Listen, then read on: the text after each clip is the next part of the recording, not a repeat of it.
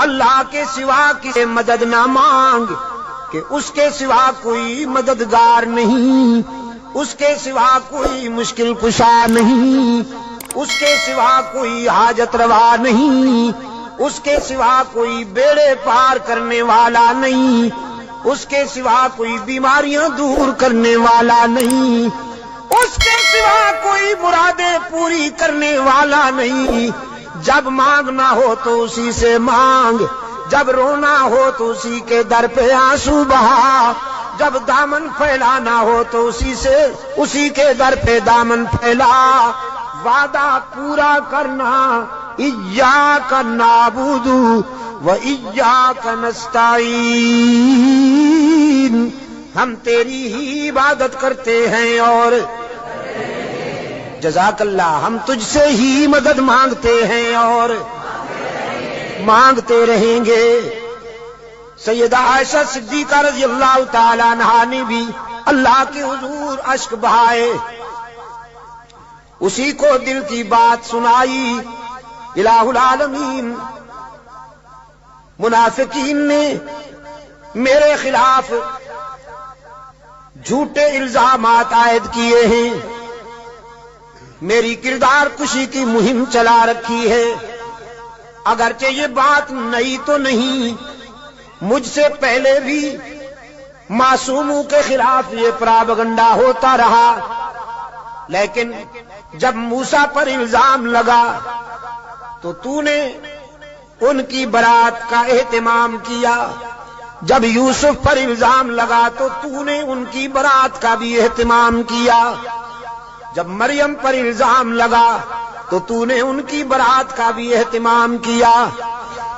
میرے معبود، آج تیرے محبوب کی عائشہ اشک بار آئی ہے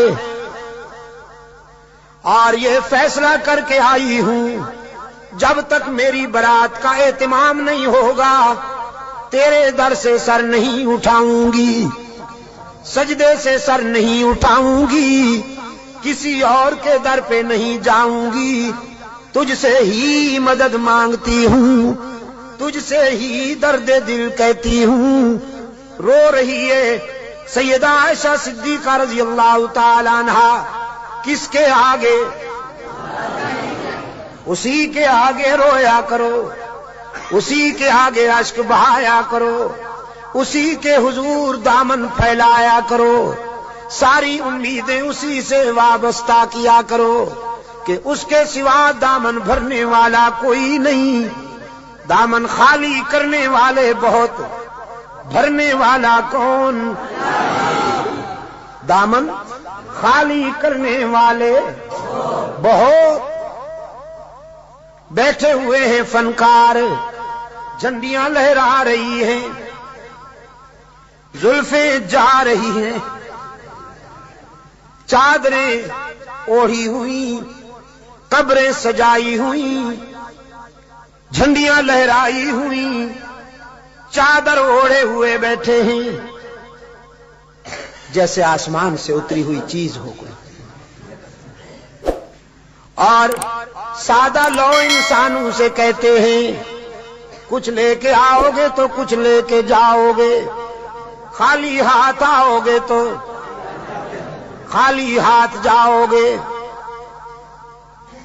لیکن اس کے در رحمت سے صدا آتی ہے کچھ نہ لے کے آؤ، سب کچھ لے کے جاؤ، خالی ہاتھ آؤ، دامن بھر کے جاؤ۔ قال ربکم ادعونی استجب لکم ان الذین یستکبرون عن عبادتی سیدخلون جہنم داخرین۔ دنیا والوں سے مانگا جائے تو ناراض ہوتے ہیں، نہ مانگا جائے تو خوش ہوتے ہیں، لیکن یہ داتا وہ ہے کہ یہ مانگنے والوں سے خوش ہوتا ہے، نہ مانگنے والوں سے ناراض ہوتا ہے۔ ان الذین یستکبرون عن عبادتی، یہاں مفسرین نے لکھا ہے عبادتی سے مراد ہے جو مجھے پکارنے میں گریز کرتے ہیں، کیونکہ پکارنا عبادت ہے۔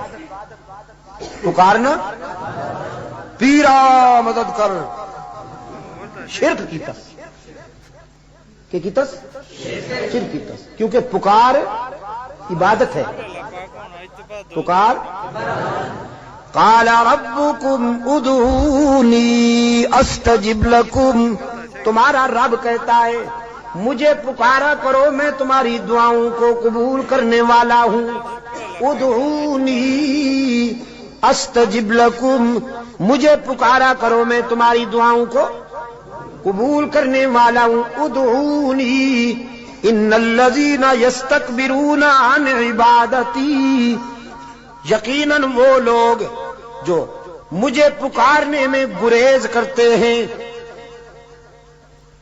مجھ سے مانگنے میں گریز کرتے ہیں، سیدخلون جہنم داخرین، ذلیل ہو کر منہ کے بل گھسیٹ کر جہنم میں ڈالا جائے گا انہیں۔ تو کسے پکارا جائے مشکلات میں؟ قادر کو یا عبد القادر کو؟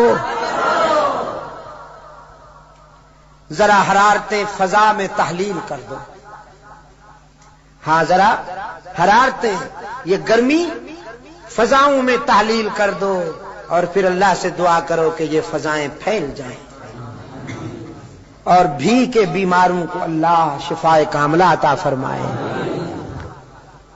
مشکلات میں کام آنے والا کون؟ روشن ضمیر نے کہا نہ مجھو از غیر حق یاری کہ لا فتح الا ہو، یقین دانم دری عالم کہ لا مسجود الا ہو،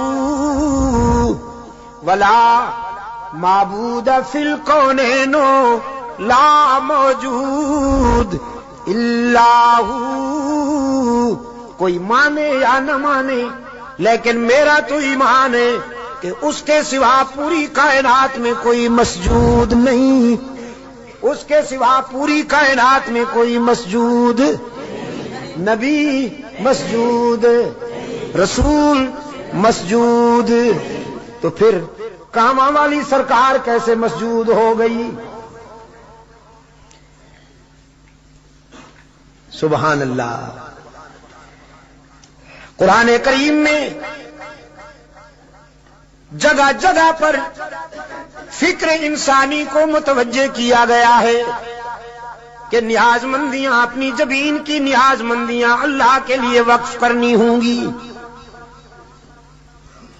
فرمایا لعن اللہ الیہود والنصارى، اللہ کے رسول صلی اللہ علیہ وسلم نے فرمایا یہودیوں پر، نصرانیوں پر اللہ کی لعنت۔ کیوں؟ اتخذوا قبور انبیائہم مساجدا، کہ انہوں نے نبیوں کی قبروں کو سجدہ گاہ بنا دیا۔ نبی کی شان زیادہ ہوتی ہے یا ولی کی؟ نبی کی شان زیادہ ہے نا ولی سے۔ جو نبیوں کی قبروں کا سجدہ کریں ان پر تو اللہ کے رسول نے لعنت بھیجی ہے، اور جو ولیوں کی قبروں کو سجدہ گاہ بنا لیں ان پر، ہاں جزاک اللہ، یہی بات ہے، یہ عاشق بنے پھرتے ہیں۔ نبیوں اور رسولوں کی قبروں پر سجدہ کرنے والے ملعون، تو ولیوں کی قبروں پر سجدہ کرنے والے ڈبل ملعون۔ ڈبل ملعون نا؟ اچھا ڈبل۔ انسانی جبین کی عاجزیوں کے لیے حقیقی مسجود کون؟ ہر جگہ موجود کون؟ معبود کون؟ کارساز و دستگیر کون؟ حاجت روا و مشکل کشا کون؟ سیدہ عائشہ صدیقہ رضی اللہ تعالی عنہا نے آنسو بہائے ہیں اللہ کے در پر، درد دل سنایا ہے علیم بذات الصدور کو۔ سورہ نور آئی، قلب رسول پر وحی کی صداقت چمکی، فرمایا الخبیثات للخبیثین، والخبیثون للخبیثات والطیبات للطیبین والطیبون للطیبات اولئک مبرؤون مما یقولون لہم مغفرۃ ورزق کریم. پاک باز بیویاں پاک باز شوہروں کے لیے، گندی بیویاں گندے شوہروں کے لیے، پاک باز شوہر پاک باز بیویوں کے لیے، گندے شوہر گندی بیویوں کے لیے قرآن ہے. آپ سمجھے کہ نہیں؟ قرآن اور کلام فطرت ہے یہ. اگر اپنی بیوی کو پاک دامن رکھنا چاہتے ہو تو خود بھی پاک دامن رہا کرو، لیکن اگر تم تاڑ جھانک کرو گے تو ادھر بھی سلسلہ شروع ہو جائے گا، تمہیں معلوم ہو یا نہ ہو. سمجھے ہو کہ نہیں؟ کلام فطرت ہے نا قرآن کریم. قرآن کریم تو راز کی باتیں کہتا ہے، کلام فطرت ہے. فرمایا الخبیثات للخبیثین والخبیثون للخبیثات. ناپاک بیویاں ناپاک شوہروں کے لیے، ناپاک شوہر ناپاک بیویوں کے لیے. طے ہو گیا. والطیبات للطیبین. پاک باز بیویاں پاک باز شوہروں کے لیے، والطیبون للطیبات، اور پاک باز شوہر پاک باز بیویوں کے لیے. رب العالمین نے جرا کے لہجے میں سیدہ عائشہ کی وکالت کرتے ہوئے واضح کیا. جس نے اس عفیفہ کے کردار کو سمجھنا ہو، عائشہ کی عظمت کو سمجھنا ہو، وہ عائشہ کے شوہر کی عصمت کا نظارہ کرے. جس کا شوہر محمد معصوم، وہ بیوی کیسے نہ محفوظ. محمد معصوم ہے، عائشہ محفوظ ہے. جرا کے انداز میں رب العالمین نے برات کی. اولئک مبرؤون مما یقولون. میں اعلان کرتا ہوں کہ پیغمبر کی آبرو بے داغ ہے، نبی کی آبرو کا دامن پاک ہے. آپ میرے لیے اور میں آپ کے لیے اللہ کے حضور التجا کر دیں کہ اللہ دنیا اور آخرت کی کامیابیوں سے ہم کنار فرمائے.